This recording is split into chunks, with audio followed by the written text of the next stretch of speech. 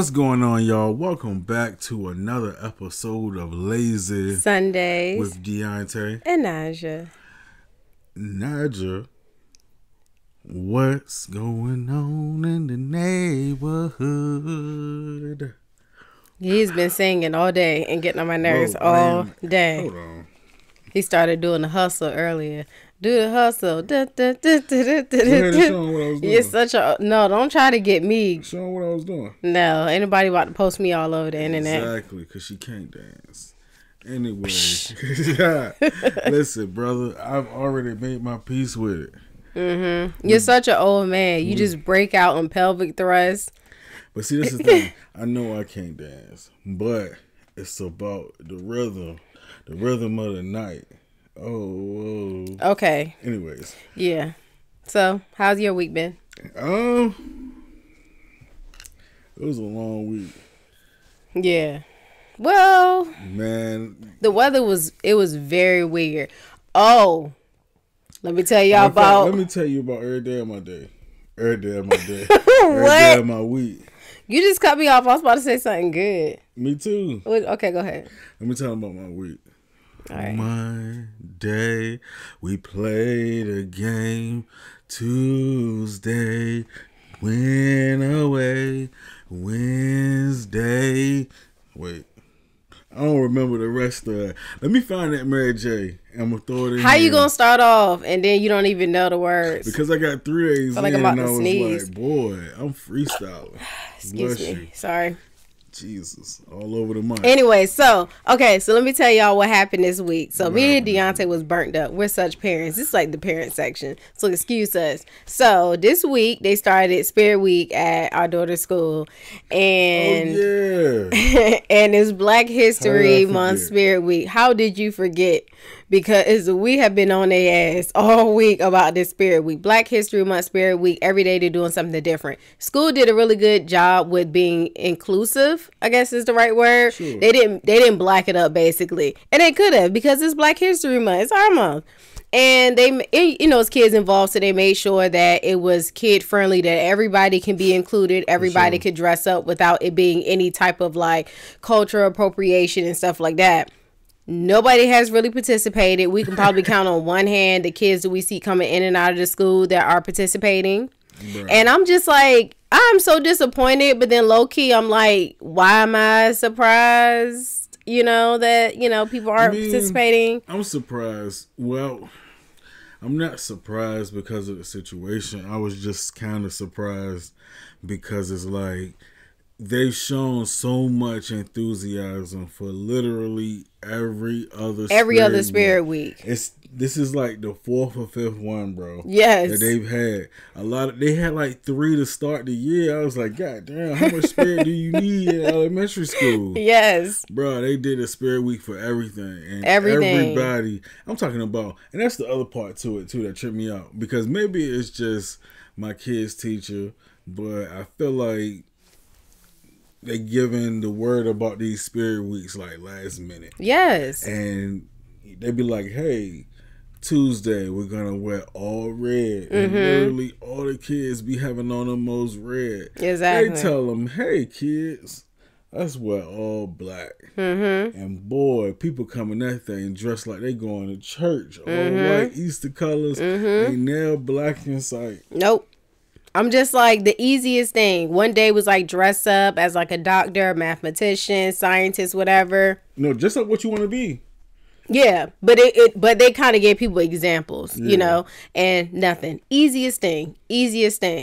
So y'all know us. We like, well, we were going to participate because we're Black. And it's our month, so so she's been participating since it started. I think it ends next Tuesday, but yeah, that's just our little parent rant, because I just was like, this is the easiest thing, and y'all not participating. Shame on y'all, for real. The one black thing, man. The one black thing. It might already over as is. Exactly. So anyways, let's get into this All-Star Weekend, man. All-Star Weekend was last weekend. NBA All-Star Weekend. I'm gonna be honest, I really don't be tuning into not as much as you used to. No, man, it's just not as entertaining. Although I can't say this is like probably like the second time probably in the last few years that I actually sat and watched most of the game, even though it wasn't really on purpose. Yeah. But you know, they changed the format a little bit. It's been kind of entertaining. Yeah. So but yeah, we was watching the Saturday night showcase with the dunk contest and everything. My man's Matt McClung came out there and doing Black History Month. Told these niggas, no, you cannot win this dunk contest. I ain't winning it. I understand it's Black History Month, and I understand I'm white, but I'm gonna win this dunk contest, okay? And I'm just gonna be the best. Goodness, it is what it is. It was like a certain form of racism. It just showed. He was really good though. He won fair and square. I got to give it to him. That's kind of what made it worse because you can't be mad at it. So it's like, oh my god, this is systemic racism. No, it was good, but one thing I missed. This is when I started. Get my ID at the DMV. He do look like somebody that works at like an insurance company or like in somebody's office. Like, it's funny because you wouldn't think that he plays basketball if you seen him like out and about. You be like, you know anything about him? He barely playing basketball. Yeah, that was one of the things I miss. Because when obviously I never used to watch All Star until we started dating. And when we started dating and he was like, oh, I want to watch All Star, like we got to make sure we're home to watch this. I was like, okay, I guess I didn't really care about it. And he used to be like, no, like it's, you know, it's cool that we having different stuff. So I was like, all right, let me see what this is about. And one year, I don't know what year this was, but they be like 2015-ish. I don't know, but they did like a best dress or whatever, or like everybody basically came in and like their best attire, what they felt like was like real good. I'm gonna try my best to find some footage. Yeah, and they would just be cooking them the whole time. They was cooking them. I want them to bring that back. Show, but then it was like shot and like Charles Barkley and them like, no, he really killed this outfit. Or then somebody else like, oh, he killed this. I like this look. I'm like, I don't even know what made them do that way. I know, it was so good. The best thing that they've ever done, bro. I missed that. I missed it. Year, bro. I'm telling you, all the women out there where y'all don't like sports, I'm telling you, like that was the one time where it was like, okay, I can see why y'all like watching this because it was very entertaining. Well, we ain't watching it for that though. Yeah, well, to tell a nigga his fit five. Well, obviously, but I'm saying like from a woman's perspective, it was entertaining. Like it made me still want to watch all the other things that I was like, to me, probably wouldn't have been as entertaining. It was like, all right, I'll continue to watch this. So I guess so. Yeah, it was good. But so we were listening to The Breakfast Club, as everybody else do, and they were talking about, do you have good relationship skills? And a lot of people was calling in and I guess was telling their story about why they don't, which I was kind of shocked because I'm like, you know, a lot of people aren't honest about being like, I suck at this relationship thing. And let me tell you why. But I wanted to talk about this because I'm like, what do you view as having good relationship skills? Obviously, we are engaged. So clearly we have, I guess, some good relationship skills. But what do you think is like a good relationship skill? Or what do you have that's good relationship skills? Woo! No, I guess good relationship skills would, I guess, count as things like, I guess being able to communicate and, I mean, because what qualifies as a good relationship skill though?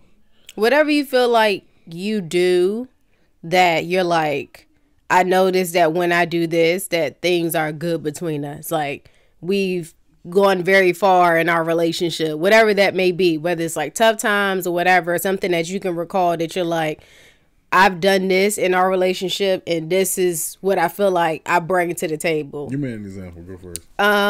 Like for me, I feel like my good relationship skill is being able to say I'm sorry. Because I think sometimes that can be hard. Like you think it sounds easy to be like, oh, if I'm wrong, I'll just be like, you know, I'm wrong. But we ain't talking about that regular, oh, my bad. It's like actually going to your spouse and being like, no, I was wrong for this. And I'm sorry about this. And that's hard to do. It's very hard. Sometimes it just don't want to come out. No, it's like, especially if you don't necessarily think you wrong. It's like, you want something to eat? That's black people problem. They always say we tend to say we sorry in different ways. Yeah. Hey, you want something to eat? Exactly. It's like, let's gloss over all of this and we good now. But we yeah, gonna look over this and go do something else. But I feel like something for you would be how you approach confrontation. Sure. You, over the years, I have watched you get a lot better at it. You know what I'm saying? Like before, Dionte would just like completely shut down, and it was like, and it wasn't because he didn't care, but it was like, I'm not dealing with this. But now he's like, he understands that he needs to kind of be like in the middle, where he is kind of lax because of our personalities are similar, but they can be different depending on the scenario, obviously.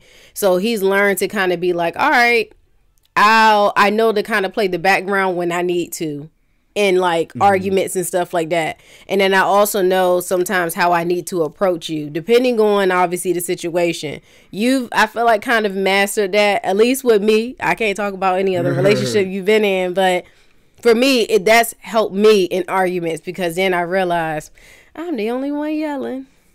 And then you're like, oh, okay, this is weird. So yeah. It's, you know, like you said, communication. That's a good, like, relationship skill that's to have. That's a great one, because that's most people issues. Most people issues come down to, I think, money, infidelity, and miscommunication. Yep. So, those are like the things. Yeah, pretty much. Those are like the things.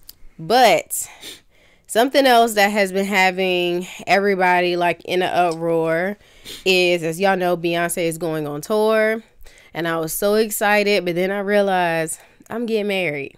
And I'm excited to get married, but I've always wanted to see Beyonce. But I'm like, when Beyonce is going on tour, you can't do both. Like, if you're planning a huge trip, you can't do both unless you got banged, basically, because her tickets are normally pretty pricey. But y'all, from what I've been hearing, her tickets are ridiculous, to the point where even like hardcore fans are like, okay, Beyonce. And people are saying like you had to have like a Citibank, was it Citibank or something like that, card. And a lot of those people tend to get top priority as far as like, I guess, like getting the tickets first. And some people are like, it'll put you in line and then it'll email you that you're still in line.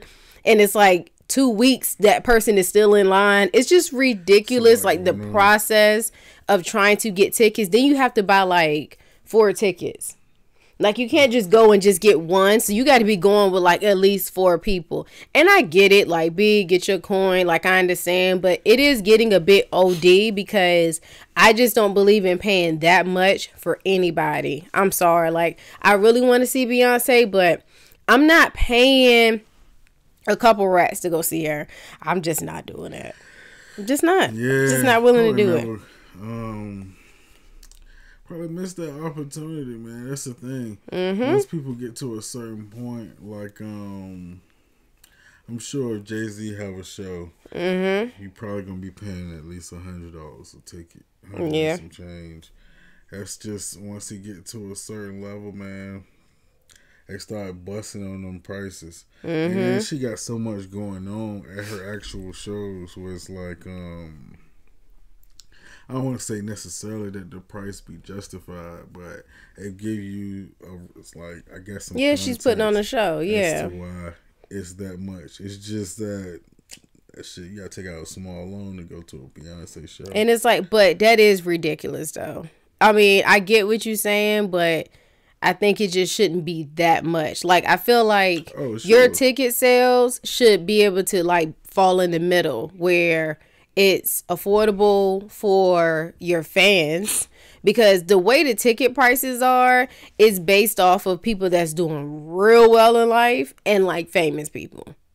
There is no like, and your average fan is not the niggas that's doing well off. Like, you have a percentage, but it's just, yeah. But anyways, to go further into like the whole Beyonce stuff, Ivy Park is struggling. I've been seeing this randomly online about like her clothing line with Adidas that she collabed with. Because I think she came out with Ivy Park first, I believe in 2016, and then she collabed with Adidas, and then that was like the whole big thing, like when people seen that she was coming out with Adidas. Yeah, because Ivy Park was pretty much like not basic in a bad way, but the way the apparel was, it was just kind of like, you know, everyday stuff, black and white flip-flops, you know what I'm saying? Very cute and simple. Got with Adidas, and everybody like, oh my gosh, it's going to be over the top. It's going to be great. And I got like one pair of shoes from one of her collections that she did. You remember? Did you get those from me? Probably.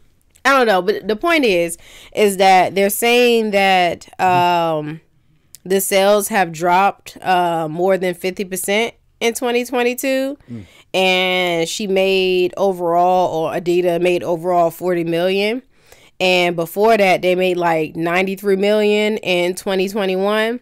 So it's not doing too well. And a lot of people are like, oh, well, it's selling out. So how is it not doing well? Yeah, because that is weird if it's selling out, but they're saying they're not doing well. So it's got to be some kind of underlying reason to this. I think Adidas in general just lost money. Yeah, they have. So, especially with that whole Kanye thing. Yep. Like, that's one thing. People think, I guess, that like that only would affect like the Yeezy brand. He's talking about the whole Adidas. Like, this is what they're doing. This is how they're doing that. Yada yada yada. Yeah. So it's like this is affecting the whole brand. Yeah. So that includes Ivy Park. Yeah. And Beyonce stuff that she has up there, bro. Because everything is gonna take a hit. I also feel like people just not really buying stuff as much as like everything. Inflation. That's really probably everything's gone up right now. Yeah, so it really has. But can I really afford to get this Ivy Park right now? But and that's the thing. A lot of that stuff is very expensive and it's not wearable. Like, that's my biggest gripe with Ivy Park. And I'm not trying to make it seem like I just don't like the whole Beyonce. Like, because I love Beyonce. But this is just me just speaking, like, honestly, like, the stuff that Ivy Park has come out with. And I think I had seen in an article, too, that, you know, her team and Adidas have had, you know, a hard time with, I guess, like what they view the collection should look like. So it's been the same thing Kanye was complaining about, like, hey, I want this to be this way, and Adidas like, and they can't come to an agreement. So that may have something to do with why some of the clothes look the way they do, and it's not all Beyonce, obviously. So a lot of the clothes just are not wearable and they're expensive. It's like, where am I gonna wear this cat suit with the train on the back? Where am I going with this? It's like, I can't wear this out. Store.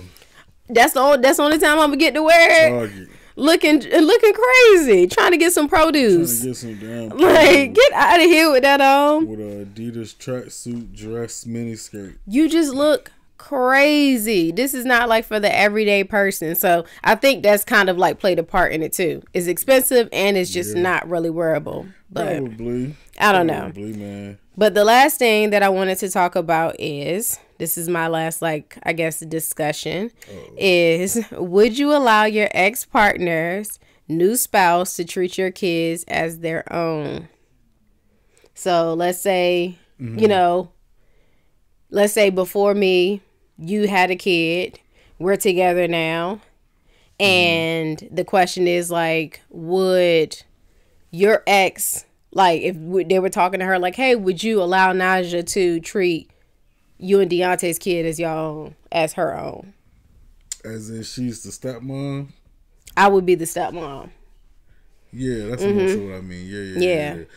I guess, I mean, yeah. I mean. So if you were in that situation, would you allow your ex's stepmom to be a mom? Yeah, would you allow your ex, you know, significant other to treat y'all kid as their own? Yeah. If I'm hearing this right, it's me and my ex kid, right? And I got a new lady, and she wants to be the stepmom. Yeah, I don't. Excuse me, throat getting a little dry. I don't see. I guess what the issue would be in that situation. Yeah. I mean, I guess the discussion was brought up.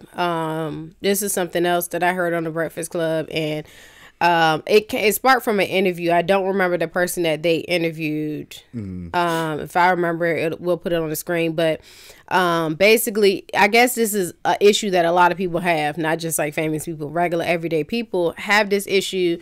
And I can see how this could be an issue, but I feel like the huge piece of it is, what is your relationship with your child's mother? Like, a lot of that plays a part in that, because it's like, if y'all are barely getting along and y'all only tolerating each other because legally y'all feel like, even if there's no legal stuff in the way, but you know, say just from a like, look girl, we got to raise these kids together, look boy, we got to raise these kids together. If y'all tolerating each other like that, and you bring a whole nother person along where y'all don't have to tolerate this person, I could see how it could be like, I don't want him dealing with my kids because I barely like you, but I got a parent with you, you know? So I can see how that can be an issue. I don't see a problem with it, but to me, it would depend on my dynamic with the father, us having an understanding, me meeting the person, you know, us setting boundaries, and all of us just coming to an understanding, so no one ever feels disrespected in this new normal that we have. Because that's the issue. People don't always communicate that, and it's like, you kind of got to get out of your own way and be like, all right, this is about the kids, and if the kid likes this person, all right, let me get out of my own way. I need to talk to you. And if there's some things that I want to create a boundary with, then I just will. And I'll be like, hey, like, yeah, I don't mind, but could you not do this? Or some people like don't like the call me mommy thing. I totally get that. That's a boundary. But yeah, I don't have an issue with it. I don't see why. I could get why it would be an issue. Let me not say I don't get why, but yeah. I mean, it just depends on the situation. Like, we wouldn't be in this situation, or I wouldn't be in this situation without, I guess, the actual new person being like my wife. Yeah. Because then it could be weird. Because, then if it's just your girlfriend or some shit like that, or your boyfriend, it's like, that shit makes it weird. Because it's like, there's no, I guess, formal. So if it's a boyfriend or a girlfriend, you're like, no. Yeah, because at the same time, it's so like, they have to be married in order for you to. It has to be a serious commitment in place. Okay, so they can be boyfriend and girlfriend, but they have to be together for quite some time, like for you to know that it's serious. Yeah, but okay. Yeah, and that, like, right. I would prefer, because that's how I would look at it. I wouldn't, if it was a stepmom situation. Unless we were married, I wouldn't push the whole, like, treating her. Wait, I mean, I would want you to treat my kid a certain way anyways. Yeah. But as far as the whole, like, being a stepmom type situation, or a bonus mom, as they like to say. Yeah. In order for that, I would rather be, like, you got to be married, because it has to be a serious commitment shown. No, I get that. I know that does make sense. That makes a lot of sense. Because you don't want it to just be like, let me introduce my kid to everybody that you randomly dating. But if y'all been together for quite some time, and I know, all right, this is serious. Okay. I can possibly make an exception for that. You know? Excuse me. But I also see you around my kid too, I'm sure, by that point. You know, so I have a good understanding whether I want to let that go down or not. Yeah. So. No, I get it. But y'all comment down below. Tell us how y'all feel about stuff like this. Sure, I know everybody has mixed feelings about this. Some of y'all got bonus mamas. Yeah. So do y'all have good relationship skills? How? What do you do? Daddy, wife. Say what? Do your mom hit your dad new wife or your stepmom? Hit. Hate. Oh, hate. I mean, some people, baby, I'm sure. I'm sure it's been some fights. And that is all that we have for y'all today. We will see y'all in the next podcast. For sure, man. Continue to keep watching, brother. I appreciate y'all.